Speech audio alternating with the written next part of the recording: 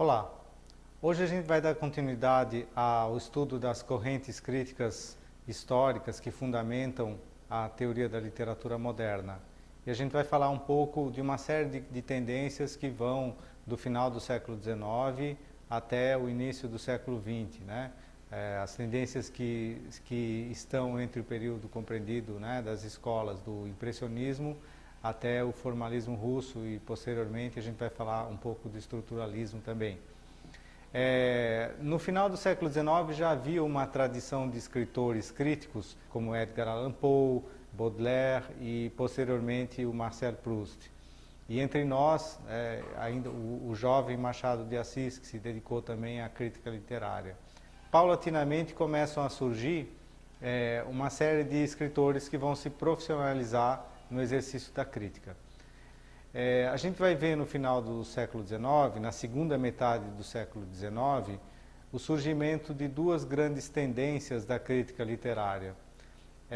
De um lado, que pode se chamar de esteticismo, ligado sobretudo à obra de John Ruskin e de Benedetto Croce, e de outro lado, o que vai se chamar de impressionismo, sobretudo a partir das obras de Jules Lemaitre e de Rémy Gourmand. Por outro lado, a gente vai ver o surgimento de uma outra tendência forte dentro da crítica literária, que deriva tanto dos estudos da biologia do Charles Darwin, do chamado evolucionismo, quanto do pensamento positivista de Auguste Comte. O esteticismo e o impressionismo crítico salientam o caráter individual e subjetivo do gosto e da apreciação das obras literárias. Então, uma escola, críticos muito marcados por uma ideia de uma literatura ideal, de uma literatura capaz de formar os grandes anseios da humanidade, eles salientam também o contato da alma ou da subjetividade, com um contato direto da alma e da subjetividade com os grandes textos ou os grandes autores da literatura, né?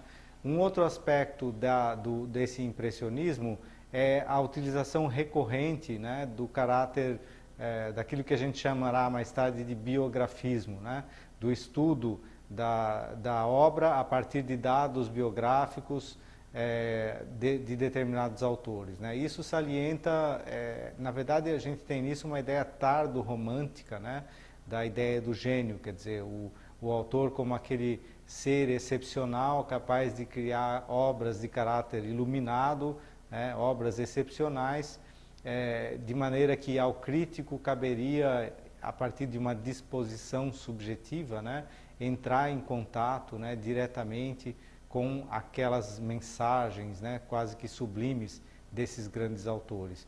É isso que vai caracterizar essa ideia de impressionismo, quer dizer, o importante passa a ser a impressão que a obra provoca nesses críticos, né? Quer dizer, o mais importante dentro de uma obra literária passa a ser a compreensão dessa impressão, né? Isso vai estar muito forte, essa ideia de impressão vai estar muito forte na obra de um autor fundamental, né, que está nessa transição do século XIX para o século XX, que é o Marcel Proust. Na obra Em Busca do Tempo Perdido, o Proust ele se detém longamente sobre uma série de autores, muitos inventados, né, como é o caso do Bergotte, e o que ele salienta sobre esses autores tem muito menos a ver com o conteúdo da obra dos autores e muito mais a ver com a impressão que essa obra provoca sobre ele, né, que é o narrador, enquanto ele está lendo, né? Então, daí vem também, quer dizer, a fundamentação dessa ideia de impressionismo, em boa parte está na obra do Proust, que por sua vez foi tradutor da obra do John Ruskin, né, que é esse grande pensador da estética do final do século XIX. É preciso lembrar também que o impressionismo é o nome que se dá a um estilo da pintura, sobretudo, né, da pintura do final do século XIX, início do século XX, sobretudo na França.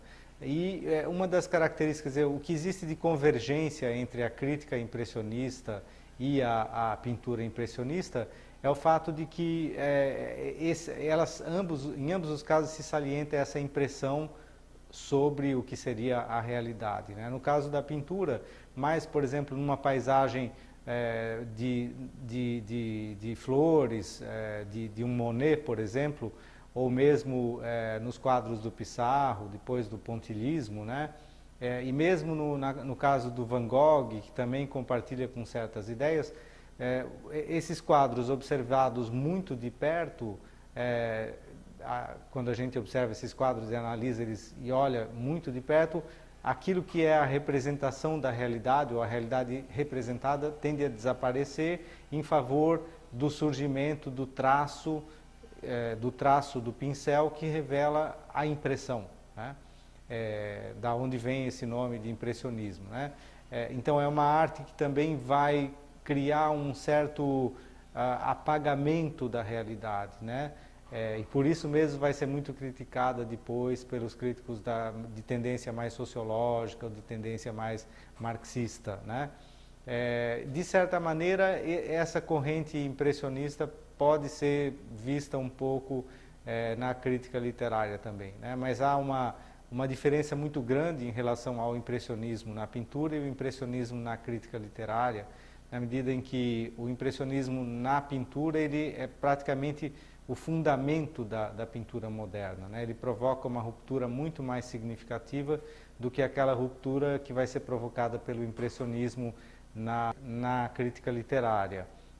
Na verdade, a corrente moderna que vai fundamentar a modernidade em termos de crítica literária e teoria da literatura, que é o formalismo russo, sobre o qual a gente vai falar a seguir, eles fazem uma crítica muito dura a essa postura esteticista e um tanto quanto vaga do impressionismo, né? E fazem uma crítica ainda mais dura ao fato de que os impressionistas buscavam compreender o fundamento da crítica a partir da ideia de subjetividade, né? Então, os formalistas vão se opor a isso e vão dizer que, na verdade, a compreensão de uma obra deve ser tomada, de uma obra literária e de qualquer obra artística, deve ser tomada objetivamente na forma que essa obra apresenta, né? E não no espírito ou na subjetividade ou na alma daquele que aprecia.